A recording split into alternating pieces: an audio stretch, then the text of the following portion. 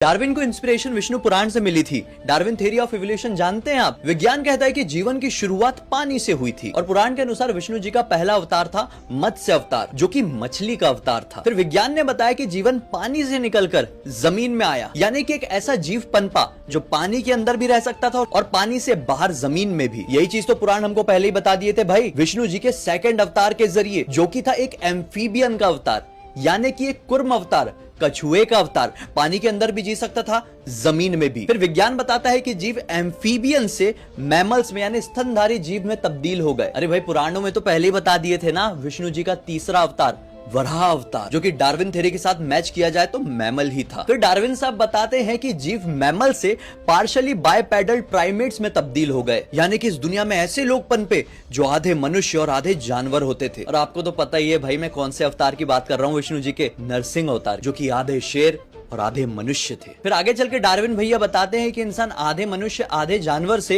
होमिनोइड draft बने, यानी कि ऐसे जीव जो पूरे मनुष्य की तरह दिखते थे, हाइट में छोटे थे लेकिन हाईली इंटेलिजेंट थे। और विष्णु जी के पांचवें अवतार वामन अवतार के बारे में तो पूरी दुनिया जानती है भाई। फिर डार्विन जी ने बताया कि मनुष्यों की थोड़ी हाइट बढ़ गई, अब वो पहले की तरह बौने नहीं रहे और अब वो बन गए होमो इरेक्टस, यानी कि अब वो पूरी तरह से एक विकसित और ताकतवर इंसान बन चुके थे। वो इतने ज्यादा इंटेलिजेंट हो चुके थे कि अपने पास फरसे जैसे हथियार भी रखते थे। और विष्णु पुराण में भगवान परशुराम के अवतार को आप देख लो, क्या वो अत्यंत बलशाली और पूरी तरह से विकसित मनुष्य नहीं थे? फिर डार्विन अंकल जी बताते हैं कि इंसानों का थोड़ा सा और एवोल्यूशन हुआ और इंसानों की एक नई प्रजाति इस दुनिया में पनपी, जिसने मॉडर्न दुनिया की पहली नींव रखी, जिसे होमो सेपियंस नाम से पूरी दुनिया जानती है। ऑब्वियसली जो हमारे एग्जैक्ट पूर्वज थे। और विष्णु पुराण में बिल्कुल यही वर्णन भगवान विष्णु के 7वें अवतार का मिलता है, श्री राम जी का। कुछ भी कहो, विज्ञान जितना भी बड़ा बन जाए, सनातन के कंसेप्ट से निकल के बाहर कुछ नहीं बना सकता, कुछ इन्वेंट नहीं कर सकता। जानकारी अच्छी लगी है ना, तो इस वीडियो को लाइक करके कमेंट सेक्शन में जय श्री राम लिख के इस वीडियो को इतना शेयर करना कि दुनिया के दूसरे कोने में बैठे हुए जीव की आंखें खुल जाए।